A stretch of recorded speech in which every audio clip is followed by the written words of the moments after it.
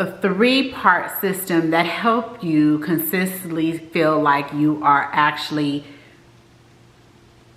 in the business rather than the business in you. Does that make sense?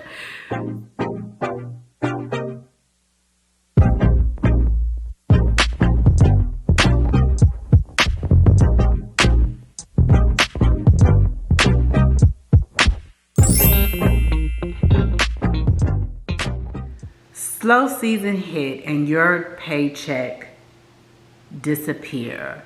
Not anymore. Today I'll show you the exact system I use to pay myself every month, even when weddings are quiet. Hello my lovely flowers, it's me Nia with Exquisite Floral Design and Events. And I've been doing this for 20 years. And yes, wedding calendars have droughts. By the end of this video, you'll have a cash flow plan, reserve target, and an off-season revenue stack that'll keep your owner's pay steady. Weddings pay in strike, but your bills pay in monthly. If you don't convert strike pay into monthly paycheck, you'll always feel broke in February. So I have a simple three-part system that help you consistently feel like you are actually in the business rather than the business in you. Does that make sense?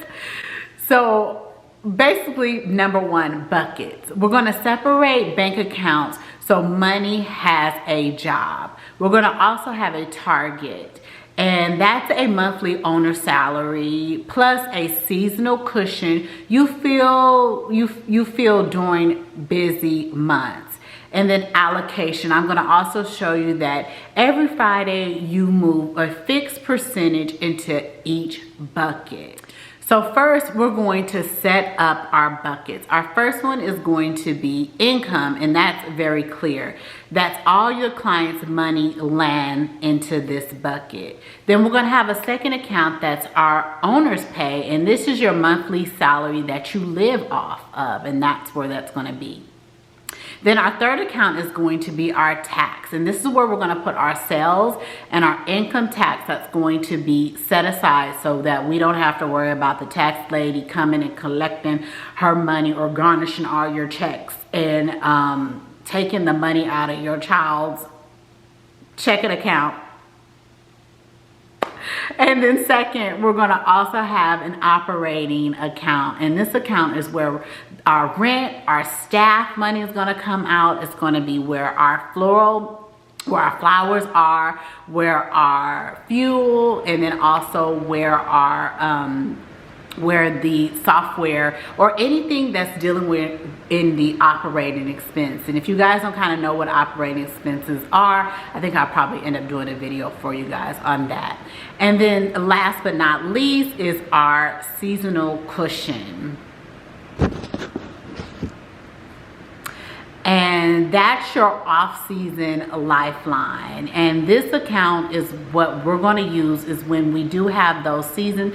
Like this year was really weird. I did not book anything for July and June. And those are usually our busy wedding season. I know that, I'm sorry, I didn't book anything for July and June. I know that January is always very, very slow for me.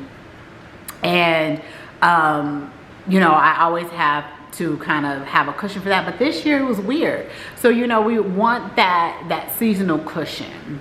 So what you're going to do, are you're going to open these at a no fee. We're going to open up these no fee business account, and we're going to name them exactly what I said so that you're never tempted to spend owner pay on peonies. And oh my God, I'll do that all the time. I'm like, oh, I need this, or oh, I need a little bit more of this. And yes, I'll end up messing up. So let's go and look at how this happens. So first, let's do this. Step one, we're going to pick your owner's annually pay target. And this, for example, let's just say, because this is not mine, let's just say that it's $60,000 a year. So we want to make sure that we have, we're going to get paid $5,000 a month. Step 2 is we're going to decide how much off-season months you need to cover. So example, January, February, and July, 3 months are usually slow. And then what we're going to do is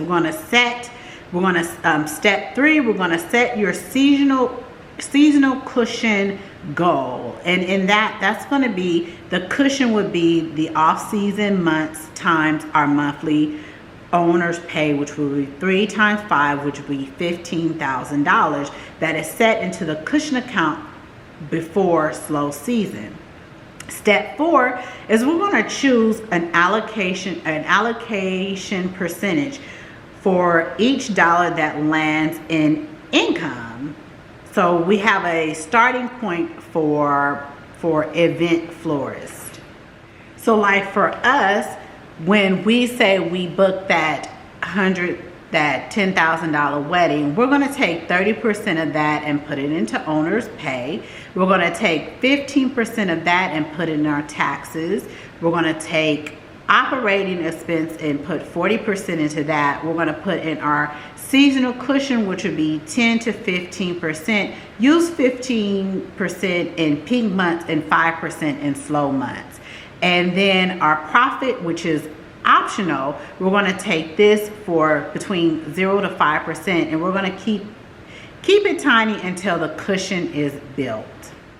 So now now that we got all these accounts together, on the first of every month, you transfer your salary from your owner's pay to your personal account, the same number every week. No more finessing and finagling or paying from Paul to pay Peter. Is that it? I don't know.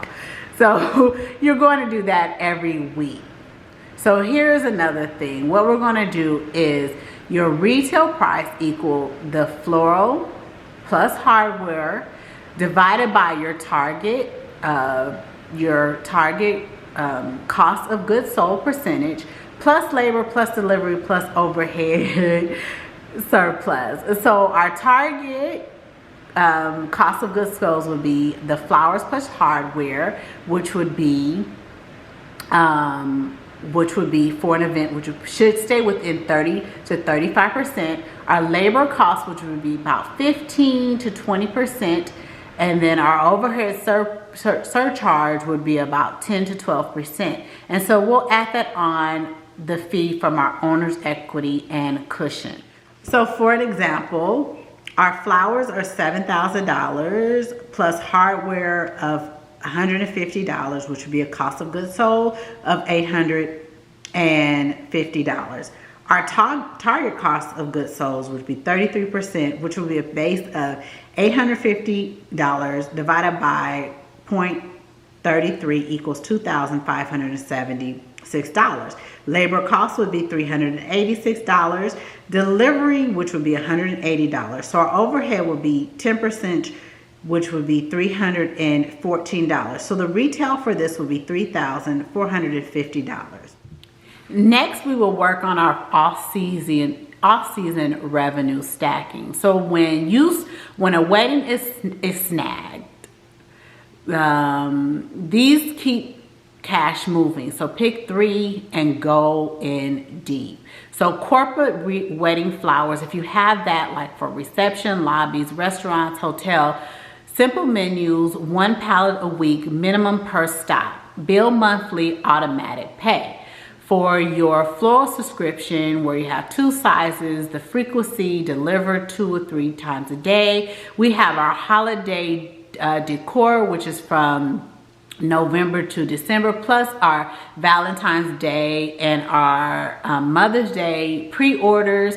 You want to create a menu only, and you want to close pre-orders early at installation fee. Our workshops, which we can do seasonal wreaths, centerpiece 101, include upselling, shears, and kits, and I always do that. I upsell the shears, aprons, and all that good stuff. We want to do venues, planner retainers, so a monthly retainers for mock-up. We want to do monthly sampler arrangements and styling days, which are really good for venues and different planners. We want to also do rental income. I have rental on like my cylinders, my stands, my candles. We want to keep those going out even if we're not even using it for our weddings. I let my planners rent those out, and then I also run some on Marketplace so that I'm always having, you know, income coming in when I'm not doing anything. They just come pick them up from me. Then also we do a plant service, which also you guys see me at what is it, Glen Ivy, which I do rotating plants in office, and that's a monthly contract. So once we have all this together, we know that January and February are slow. So we're going to draw from our fixed salary from our owner's equity, but the cushion covers the gaps. So even if I don't have enough, you know, I didn't have enough coming in to cover that $5,000 salary that I need, I'm going to take from that cushion account and cover that up. So like in March and January, when my business is like booming, busy, I'm going to take 15% of every deposit and put it into that cushion account until I hit my goal of 15K to fill it up. In July, again, when we have a dip in the salary, we can continue doing like workshops and our subscription. August and October, that's when it ramps back up. Weddings are back, so then our margin cushion levels out. And then November through December, we do that holiday corporate menu funding, fully tops up everything for the end of the year bonus. And that's when I give myself a little bit for doing, when I hit and I got tons of money still left over in that income account, that's when I give myself a bonus. Okay, so structure your payments for a easy cash flow. So book and retainer, which I suggest, is due 30% non-refundable at contract time. So I do 30 days before I give them the final is due, but I'm thinking I may change it to mid payment of 40%, which is like 90 to 120 days out, and then the final payment of 30% is due 21 days out. That's when we lock everything in count. And offer installment payments that land on Friday, so that when we're transferring that money out every Friday, or when we're transferring that money out, or when we're getting that payment and we're dividing it, we can do that every Friday so that we can keep that account looking gorgeous. And there's different things that you can use to do that monthly payment. So lower your off-season burnout. So when you are in off-season, pause some of your software seats. That annual plan, only do an annual plan if it's necessary. And seasonal staff. For me, I have my core staff, and then I have like my freelancers. So then I have somebody that comes, I have my core staff, which is my administrative assistant, where she's here weekly, but she only works 20 hours a week. And then in busy season, she will go up to 40, but slow season, she's only 20 hours a week. Then I have like 2 girls that are here consistently, and they work, only 15 to 20 hours a week, where they come in, reset on Monday. And then weeks of wedding, that's when they're getting their 40 hours a week. And then turn off broad ads. So keep retargeting ones also. So the ads that are trying to catch all those people out there that you're trying to bring in new, you want to turn those off. But you want to keep the retargeting ones, so the ones who have visited your website, and just because have you ever visited somebody's website and all of a sudden it keeps popping up because they got that retargeting ad on you? So that's the ones that we want to keep doing. Renegotiate your storage. Renegotiate your van insurance tier, and then buy vases in cases so that we don't have, you don't have to be paying for everything all of a sudden. So let's do this. Figure out your must hit sales. So fixed overhead, which would be like your rent, your software, and your insurance. Say that's $4,200 a month.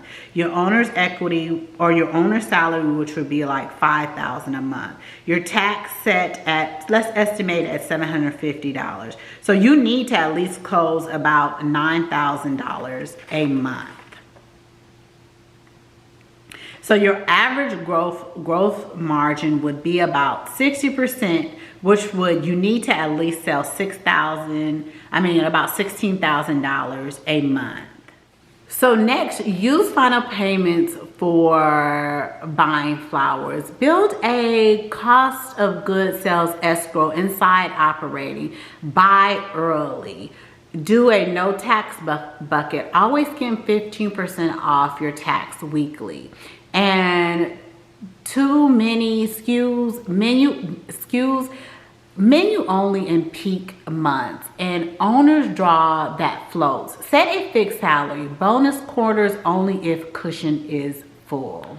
So buckets, targets, allocation. Build a seasonal cushion. Pay yourself the same amount each month and stack recurring revenue for the quiet months.